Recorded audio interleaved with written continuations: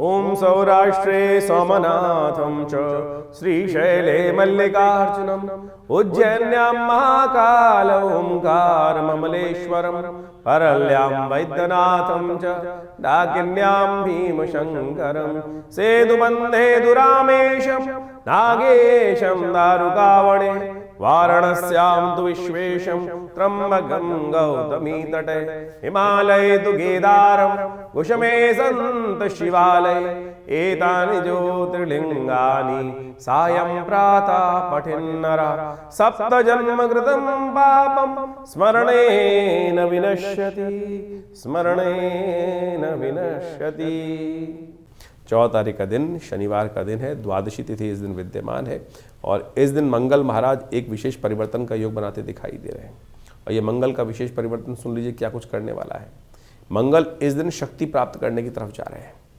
मंगल इन दिनों भाग्य में चल रहे हैं, आपकी राशि में उच्च के होकर चल रहे हैं, लेकिन अस्त अवस्था में है, ना तो आपके संपर्क बढ़ने दे रहे हैं ना चीज़ें बढ़ने दे रहे हैं। लेकिन मंगल इस वक्त अपने नक्षत्र में प्रवेश करने के कारण से अब बहुत कुछ प्राप्त करने का रास्ता आपको दिखा सकते हैं। सूर्य आगे निकल चुके हैं, अस्त अवस्था में होने के बावजूद भी अपने नक्षत्र में उच्च के होने के कारण से ये कहीं ना कहीं नए संपर्कों में, आपके संबंधों में कहीं ना कहीं एक नई जान डालने के योग बना सकते हैं। साथ में शुक्र और बुध दोनों अस्त हो गए हैं, तो उन सब से कहीं ना कहीं पॉजिटिव रिजल्ट्स प्राप्त होने के योग बनेंगे। शनि का विशेष तौर पर उपाय करने का प्रयास करें। शनि प्रदोष है, शनि प्रदोष के दिन यानी त्रयोदशी और शनिवार का योग साथ साथ बनकर तैयार है। और शनि इस वक्त आपके नेगेटिव नहीं है, योग कारक ग्रह आपकी राशि के दृष्टिकोण से माने जाते हैं, तो फिर भी शनि के निमित्त थोड़ा उपाय कर लें तो बड़ा अच्छा रहेगा। हनुमान जी के मंदिर में जाकर उनको चूरा अर्पित करने का प्रयास कीजिए, बहुत शुभ रहेगा आपके लिए। 15 तारीख का दिवस रविवार का दिवस है, शिवरात्रि का महापर्व है और इस दिन आपकी राशि के दृष्टिकोण से यदि देखा जाए तो आपके लिए धर्म की तरफ से रास्ता बनता दिखाई दे रहा है। जितना धर्मयुक्त रहेंगे उतना बढ़िया रहेगा, ऐसा नक्षत्र बनते दिखाई दे रहे हैं। धर्म की तरफ जाने से कहीं ना कहीं बंद दरवाजे खुलने के रास्ते आपकी राशि बनते दिखाई दे रहे हैं। धर्म का साथ लेने का प्रयास कीजिए। शिवरात्रि का महापर्व है, विशेष तौर पर आपकी राशि के दृष्टिकोण से एक बहुत छोटा उपाय हम आपको बताने जा रहे हैं। गंधोदक के द्वारा, इत्र के द्वारा भगवान का अभिषेक अवश्य कराने का प्रयास कीजिए। एक मंत्र है, ओम त्र्यंबकम यजामहे सुगंधिम पुष्टिवर्धनम। कहा जाए सुगंधिम पुष्टिवर्धनम, पुष्टि का मतलब होता है जो आनंद देने वाला, संपूर्ण मनोरथों को सिद्ध करने वाला, धन संपदा इत्यादि खाली खजाने को भरने वाला योग बनता दिखाई दे रहा है। तो आपकी राशि के दृष्टिकोण से तो आप भगवान को सुंदर इत्र के द्वारा, गंधोदक के द्वारा, त्र्यंबकम यजामहे यही मंत्र पढ़ते हुए गंधोदक के द्वारा भगवान का अभिषेक करें। शिवरात्रि का महापर्व आपके लिए बड़ा कल्याणकारी योग लेकर आया है। शिवरात्रि का योग अपने आप में अद्भुत है। ये ऐसा दिवस है कि भगवान शंकर की कृपा से इस संसार में भावी मेट सके त्रिपुरारी। इस बात को ध्यान रखना चाहिए कि संसार के समस्त कष्ट भगवान शंकर की कृपा से अवश्य दूर हो जाते हैं और भगवान शंकर की कृपा प्राप्त करने का ये दिवस है। शास्त्र में बड़ी अद्भुत कथाएं इस दिवस के बारे में कही जाती हैं। एक तो बड़ी अद्भुत कथा है जो कही जाती है, एक लकड़हारे की कथा। फागुन का महीना चल रहा होता है और फागुन के महीने में बहुत प्राचीन कथा है कि भगवान शंकर का नाम तो अनायास भी ले लिया जाए, अज्ञानता में भी ली जाए, तब भी भगवान शंकर कृपा प्राप्त करने के योग बना देते हैं। और जो लकड़हारे की कथा है वो इसी बात को समझाती है। कहा जाता है जो सबसे ज़्यादा कथा चलती है शास्त्रों में वर्णित है कि एक लकड़हारा जंगल में रात को कहीं भटक गया था और उसको ध्यान नहीं था कहाँ से घर पहुँचे वापस। तो रात्रि में अपने आप को बचाने के लिए जब जंगल में जानवर इत्यादि की आवाज़ आने लगी तो एक पेड़ पे चढ़ गया। देव योग से, भगवान की कृपा से वो एक बिल्वपत्र का वृक्ष था। जब रात में उस बिल्व वृक्ष पे चढ़ गया के वृक्ष पर, बेल के पत्थर के वृक्ष पर, तो उसमें कांटे होते हैं और वो चुभे कांटे रात को। नीचे उतरने की हिम्मत नहीं, क्योंकि नीचे कहीं जानवर आ जाए, कोई खा खू ले, पकड़ ले। तो वो रात को जैसे जैसे हिलता तो कहा जाता है कि उसके पत्ते गिरते थे पेड़ के। देव योग से उसी पेड़ के नीचे कहीं भगवान शंकर का शिवलिंग भी था। तो कहा जाता है कि वो जब हिलता था पेड़ से तो उससे पत्ते भी झड़ते थे। अब बसंत का महीना चल रहा होता है। वैसे तो बेलपत्र के पत्ते इतने भारी होते हैं, बेलपत्थर भी इतने भारी होते हैं कि वो हिलाए से हिलते नहीं हैं, लेकिन बसंत के मौसम में पतझड़ का महीना होता है तो पत्ते इतने कोमल हो जाते हैं कि हल्की हवा मात्र से भी वो पत्ते गिरने शुरू हो जाते हैं। तो कहा जाता है कि उसके हिलने से, रात्रि में जब जैसे से हिलता था तो पत्ते इतने कमज़ोर हो जाते हैं तो वो अपने आप गिरते रहे। तो रात्रि में उसके प्रयास से, अनायास प्रयास से, बिना सोचे हुए प्रयास से वो भगवान शंकर का बिल्वपत्र के पत्रों से अभिषेक चलता रहा। सुबह प्रातः काल में जब भगवान शंकर ने स्वयं ही उसको दर्शन दिए और उससे वर मांगने को कहा, तो कथा का सार ये है कि भगवान तो अनायास ही प्रसन्न हो जाते हैं, और जो फिर श्रद्धा विश्वास के साथ भगवान की आराधना करेंगे तो उनके लिए तो क्या होगा। तो ये काल जो है सोने का नहीं है। चारों पहर रात्रि में चारों पहर भगवान की सुंदर आराधना करने का अवसर है। तो अवश्य इस दिन श्रद्धा के साथ भगवान की श्रद्धा के साथ जितने बढ़िया तरीके से पूजा कर सकते हैं, श्रद्धा से ब्राह्मणों को बुलाकर, योग्य पंडितों को बुलाकर, या स्वयं आप अपनी श्रद्धा के साथ वो भगवान का जो मंत्र जो आपको याद हो। सबसे श्रेष्ठ तो मानस पूजा है। आत्मा तुम गिरजामती सहचरा प्राणा शरीरम गृहम पूजा ते विषयोग भोग रचना निद्रा समाधि स्थिता। ऐसी स्थिति पहुँचें कि जो भ्रमण कर रहा हूँ वो भी लगे भगवान का भजन करते हुए घूम रहा हूँ, जो सो रहा हूँ वो मेरी समाधि हो जाए भगवान। ऐसी मनुष्य समझे भगवान के पूर्ण समर्पण करके बैठे कि जो आत्मा अपने आत्म भाव में जाकर भगवान के मंत्र का जप करने का प्रयास करें, जो स्मरण कर ले वो भगवान का मंत्र बन जाए। ऐसी स्थिति में यदि भगवान की आराधना हो सके, देह आत्म बुद्धि का जो भाव है वो अलग हो जाए और सीधा जो मन है वो परमात्मा के श्री चरणों में लग जाए, तब जाकर ऐसी स्थिति में यदि एक बार भी भगवान का वो मंत्र आपके मुख से निकल जाए तो कहा जाता है कि भगवान की समस्त जो इच्छाएं हैं, व्यक्ति की इच्छाएं पूर्ण हो जाती हैं। वो लकड़हारे की कथा समझो, जब रात को शेर की आवाज़ आती होगी, जंगल जानवर की आवाज़ आती होगी तो डरता होगा। डरने में क्या होता है कि मन एकाग्र हो जाता है, उस वक्त तो केवल भगवान की स्थिति आती है, स्थिति भगवान की याद आती है, एकाग्रता आ जाती है। और उस एकाग्रता में जब श्रद्धा के साथ वो बिल्वपत्र की वर्षा भी हो रही थी भगवान शंकर के शिवलिंग पर, तो वो अनायास ही भगवान का नाम का स्मरण भी हो रहा था, तो और वो पुण्य भी जाग रहा था। तो पुण्य जगाने का ये सुंदर रात्रि का अवसर है। कोशिश करें इस समय में बड़ी श्रद्धा के साथ, बहुत बड़े बड़े मंत्र नहीं याद है तो कोशिश ये करें ओम नमः शिवाय का जप करने। पंचाक्षरी मंत्र है ओम नमः शिवाय। यदि त्र्यंबकम यजामहे सुगंधिम पुष्टिवर्धनम ये याद है त्र्यंबक मंत्र तो बहुत शिष्ट रहेगा। एक बात और ध्यान कर लें, ये त्र्यंबक मंत्र है, हम त्र्यंबकम यजामहे सुगंधिम पुष्टिवर्धनम उर्वारुकमिव बंधनान मृत्योर्मुक्षीमामृतात्। ये त्र्यंबक मंत्र है, महामृत्युंजय नहीं है। महामृत्युंजय में तो वशिष्ठ जी के द्वारा बनाया गया मंत्र है।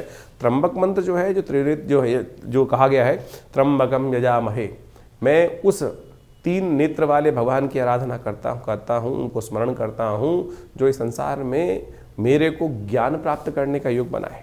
त्र्यंबकम यजामहे सुगंधिम पुष्टिवर्धनम, इस संसार में, और जब मैं संसार में मेरे को संसार का वास्तविक ज्ञान हो दे। इसमें एक उदाहरण दिया गया है जो कहा जाता है जिस प्रकार से खरबूजा होता है, जब खरबूजा पक जाता है तो वो अपने आप अपनी उस डंठल से छूट जाता है। तो ऐसे मेरे को ज्ञान प्राप्त करे कि संसार से विरक्त हो जाऊं कि पता भी ना चले कि कैसे। कहा जाता है कि जब संसार से व्यक्ति विरक्त होता है तो बड़ा कष्ट होता है, लेकिन यहाँ वो भाव को उपस्थित किया गया है कि भगवान शंकर का नाम स्मरण करके अमृतत्व को प्राप्त हों और ऐसे इस शरीर से दूर हूँ, भाव से दूर हूँ कि जैसे वो खरबूजा पक जाता है तो अपने आप ही छूट जाता है और भगवान के श्री चरणों में भक्ति प्राप्त हो जाती है। तो इस प्रकार से हमको वो भक्ति प्राप्त हो। ये त्र्यंबक मंत्र है, इसको वेद का मंत्र बोला जाता है। त्र्यंबकम यजामहे सुगंधिम पुष्टिवर्धनम उर्वारुकमिव बंधनान् मृत्योर्मुक्षीमामृतात्। और देवासुर संग्राम के समय में कहा जाता है महर्षि वशिष्ठ ने महामृत्युंजय मंत्र का सृजन किया। महामृत्युंजय मंत्र वशिष्ठ के द्वारा बनाया गया। ओम हौं जूं सह ओम भूर्भुवस्वः ओम त्र्यंबकम यजामहे सुगंधिम पुष्टिवर्धनम उर्वारुकमिव बंधनान् मृत्योर्मुक्षीमामृतात् स्वभू ओम सह जूं हों ओम। ये महामृत्युंजय मंत्र हुआ। बड़ी श्रद्धा से इस मंत्र का श्रवण करने से कहा जाता है कैसा ही शरीर कष्ट हो, स्वास्थ्य का कष्ट का योग हो, जीवन में कुंडली में ऐसा योग बना हुआ या देव योग से कुछ ऐसी स्थिति बन गई कि संसार में कुछ ऐसा रोग हो गया, तो तब श्रद्धा के साथ इस महामृत्युंजय मंत्र का सानिध्य लेने से भगवान की कृपा से शारीरिक भयंकर से भयंकर शारीरिक कष्ट भी जीवन से दूर होने का योग बन जाता है। तो अवश्य इस पुण्य काल में शिवरात्रि के दिन यदि श्रद्धा के साथ जितना समय हो उसमें अवश्य इस किसी भी मंत्र का जप करते हुए आप भगवान का अभिषेक, दुग्धाभिषेक, जलाभिषेक, गंधोदक से, इच्छू रस से, जैसे जैसे मनोकामनाएं उसको पूर्ण करने के लिए व्यवस्थाओं का पालन करते हुए चीज़ों को करने का प्रयास कीजिए। मनोकामना से श्रद्धा से पूर्ण करने जो कर्म किया जाता है वो भगवान की कृपा से मनोकामना सिद्धि का योग बनाता है। विवेकानंद योगाश्रम में इस दिन बड़ा विशेष कार्यक्रम रखा जाता है। शाम के समय से लेकर बड़ा रुद्राभिषेक कार्यक्रम रहेगा, तो आप सबको उसके लिए सादर निमंत्रण है। जितने भी लोग आते हैं वो सब पार्थिव शिवलिंग का निर्माण करते हैं भगवान के, और सवा लाख के आसपास भगवान शंकर के पार्थिव शिवलिंग का निर्माण कर कर उनका रुद्राष्टाध्यायी के द्वारा पूजन चलता है। शाम को करीब करीब 6 बजे से ये कार्यक्रम आरंभ हो जाएगा। 5 बजे यज्ञ रहेगा। उस दिन भगवान का रुद्र यज्ञ, भगवान के विभिन्न मंत्रों से यज्ञ रहेगा। 6 बजे से रुद्राभिषेक आरंभ होगा, जो विभिन्न प्रकार से मनोकामनाओं सिद्धि के लिए अद्भुत रूप से सहायक सिद्ध होगा। आप भी उसमें स्वयं आ सकते हैं। अपने स्थान को आरक्षित करने के लिए विशेष तौर पर जो फ़ोन नंबर्स दिए हुए हैं उन पर संपर्क साध कर भगवान की कृपा प्राप्त करने के लिए, अद्भुत भगवान का बड़ा विशाल शिवलिंग है और फूलों के द्वारा विशेष शिवलिंग को भी बनाए जाते हैं, मृतिका के द्वारा शिवलिंग बनाए जाते हैं, और पूरा षोडशोपचार भगवान का पूजन श्रद्धा के साथ रुद्राष्टाध्यायी का पाठ करते हुए भगवान का विभिन्न दूध से, घी से, इच्छू रस से और जलित से, गंगा जल से इत्यादि से, भस्म से, सब प्रकार से भगवान का अभिषेक सुंदर रूप से चलता है। रुद्र कथा का कार्यक्रम रहता है, बड़ा विशाल कार्यक्रम रहेगा। दिल्ली में विवेकानंद योगाश्रम लक्ष्मी नगर स्थित में पिछले बहुत वर्षों से ये कार्यक्रम आश्रम में चलता आया है, 60-70 सालों से। आप भी इस कार्यक्रम में इस अवसर पर अवश्य आएँ। यदि दिल्ली में हैं तो आप सादर आमंत्रित हैं। जमुना पार्क लक्ष्मी नगर विवेकानंद योगाश्रम में ये विशेष कार्यक्रम में अपना स्थान आरक्षित कर उसमें हमारे साथ बैठे, यज्ञ करें, रुद्राभिषेक करें। भगवान की कृपा प्राप्त करने का सुंदर योग है।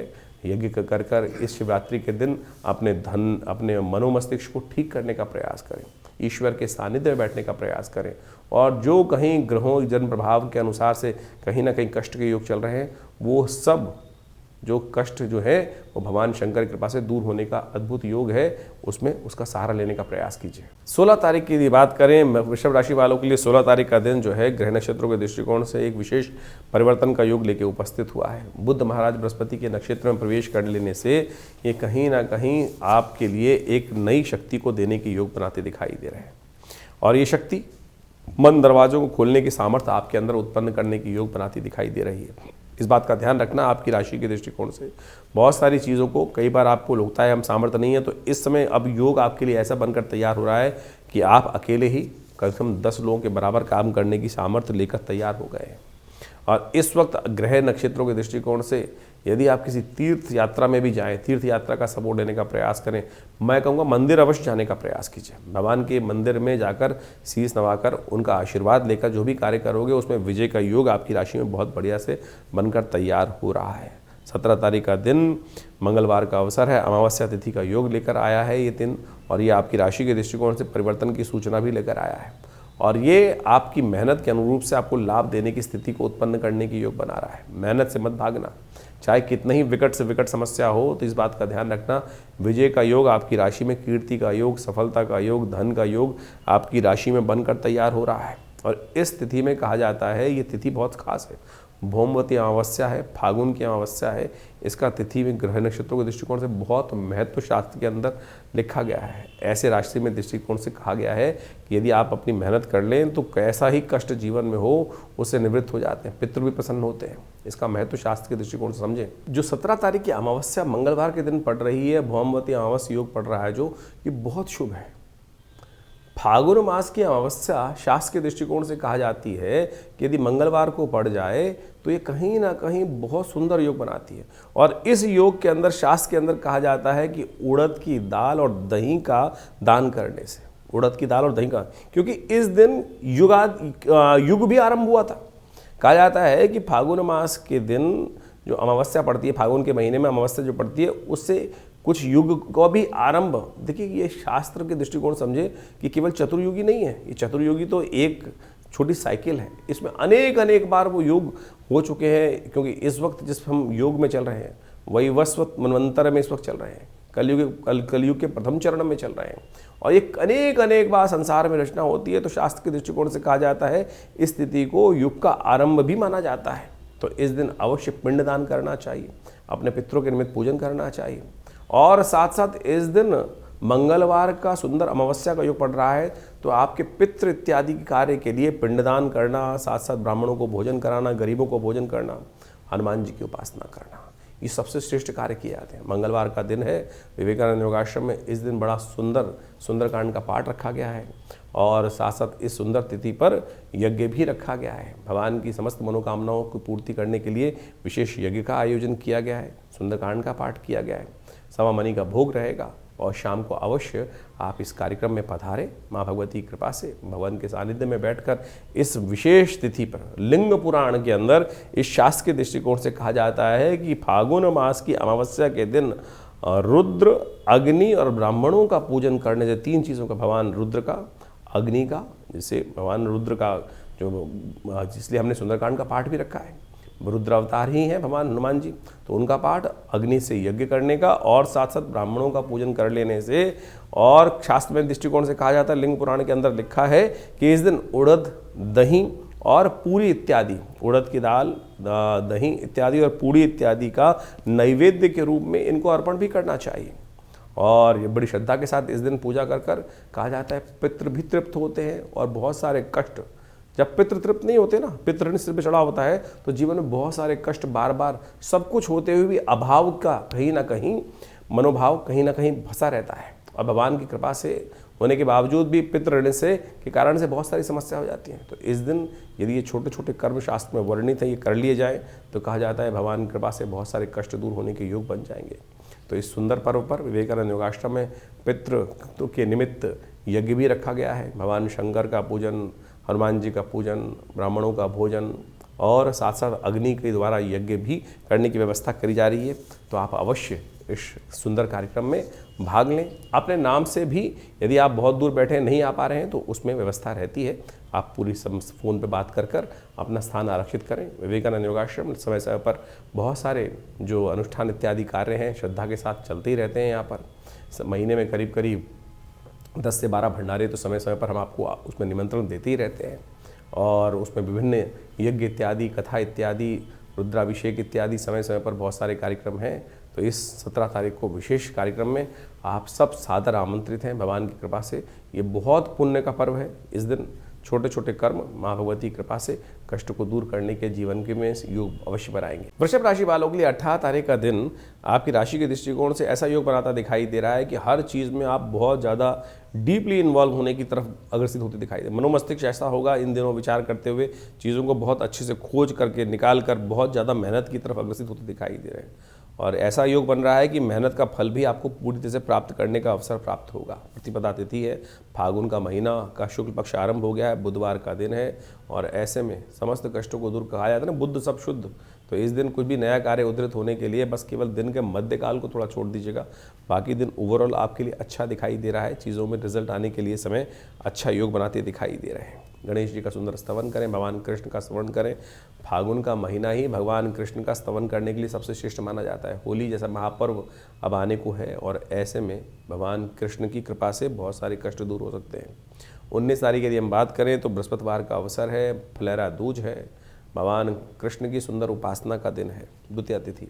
ग्रह नक्षत्रों के दृष्टिकोण से यदि देखा जाए तो ग्रह नक्षत्रों के दृष्टिकोण से आपके अंदर एक नई सोच उत्पन्न होने की योग बन सकती है। बहुत लंबी चीज़ों को सोचने का विचार मनोमस्तिष्क में कहीं ना कहीं उदय होता दिखाई दे रहा है और इसमें बिल्कुल लंबी सोच रखना बहुत ज़रूरी है। इस बात को साफ साफ दिखाई दे रहे हैं। जितनी लंबी सोच करके कार्य करने का प्रयास करोगे उतना अच्छा होगा आपकी राशि के दृष्टिकोण से। कुछ नया इंट्यूशन और बहुत ऐसा दिखाई दे रहा है कि कुछ लोग जो आपके अगेंस्ट थे वो आपकी सपोर्ट में आने की तरफ जाते दिखाई दे रहे हैं। बड़ों का साथ आपको मिलने के योग आपकी राशि में बनते दिखाई दे रहे हैं। दोपहर के बाद का समय आपके लिए अच्छा सपोर्ट का रिजल्ट लाने का दिन अच्छा दिखाई देता है। फुलारा दूज है, भगवान कृष्ण की सुंदर उपासना करने का प्रयास कीजिए। ये अनसूच साया है। जो फुलारा दूज है ना, वो एक अद्भुत अनसूच साया माना जाता है भारतीय संस्कृति में।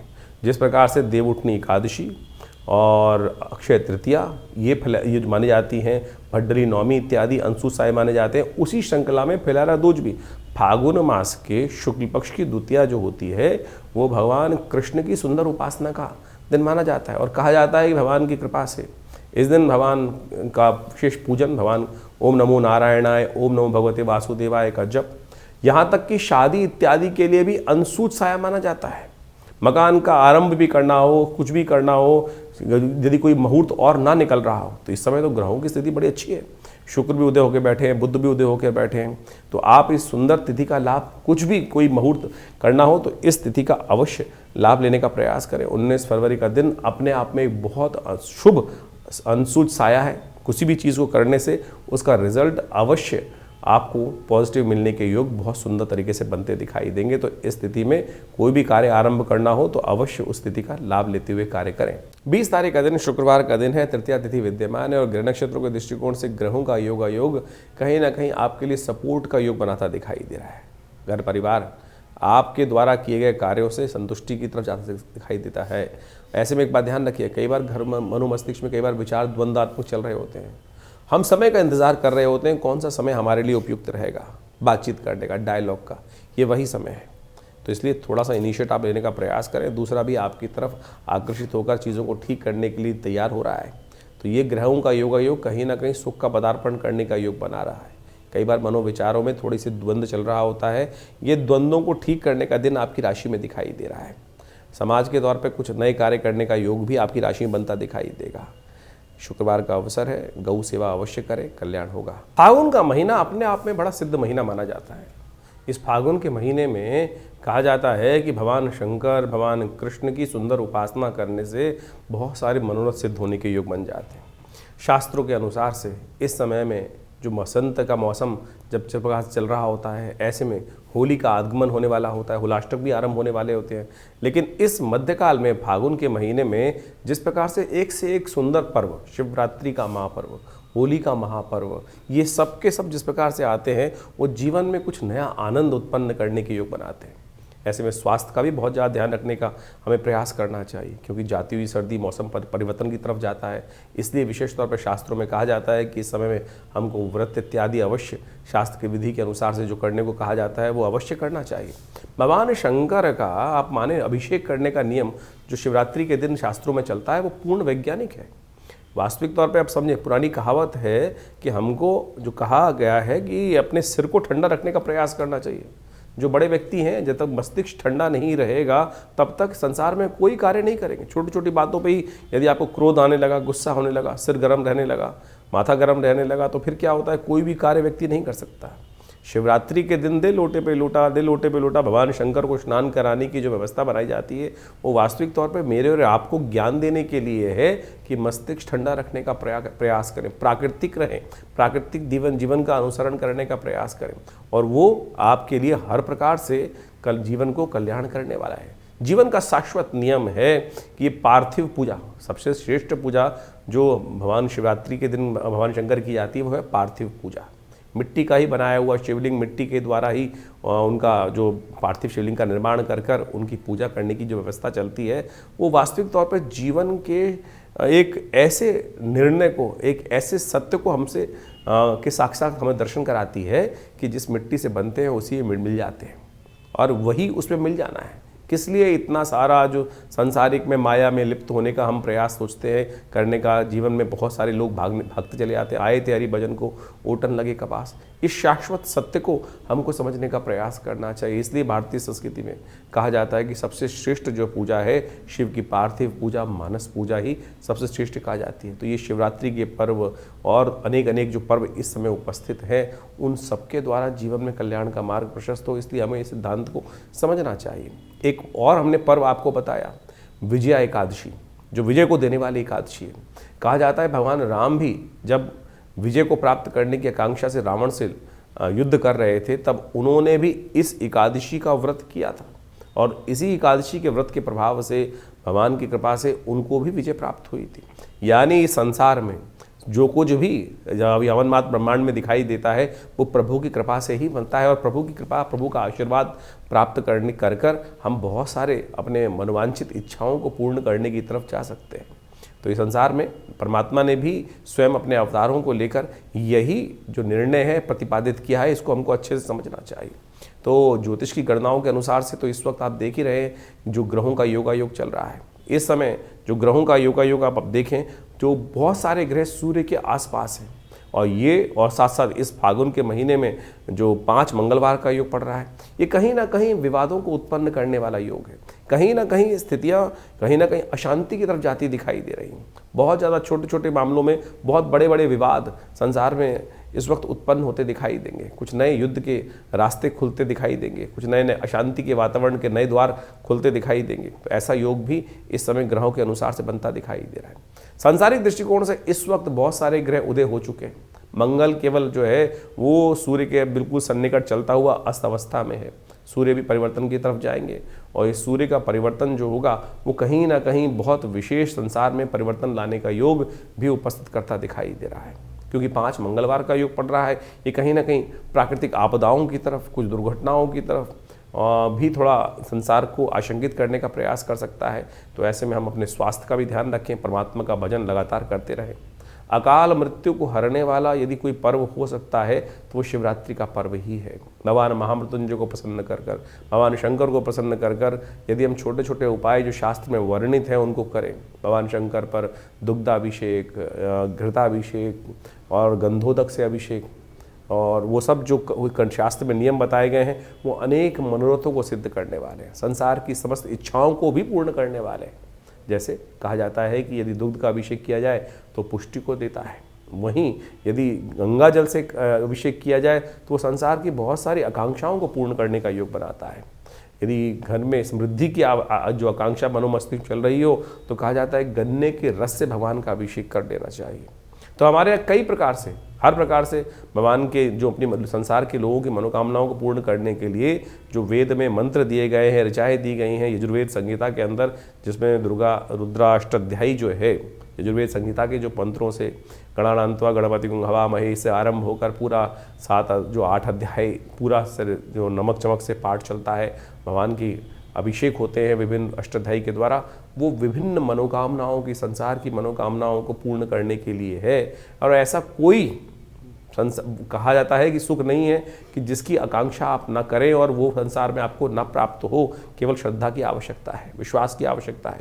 तो इस शिवरात्रि पर विवेकानंद योगाश्रम में हमने बहुत भव्य कार्यक्रम रखा है, आप सब उसमें सम्मिलित हो सकते हैं और समय समय पर विभिन्न कार्यक्रम समय समय पर चलते ही रहते हैं, उन सबको आप अवश्य उसका लाभ लेते रहें और भगवान की कृपा से आपके जीवन के कष्ट दूर होने के अद्भुत योग बनते रहेंगे। और समय समय पर जो कार्यक्रम के बारे में हम आपको सूचना देते रहते हैं अपने कार्यक्रम के माध्यम से, उसमें आप जुड़िए। महाभगवती कृपा से जो आश्रम में भगवती का सुंदर श्री विग्रह विराजमान है, उनकी कृपा से हज़ारों लोगों की मनोकामना ठीक हुई है, कष्ट दूर हुए हैं। तो भगवान करे आपके भी जीवन के कष्ट बहुत जल्दी दुख दूर हो, मनोकामना पूर्ण हो, ईश्वर की कृपा आप पर बनी रहे।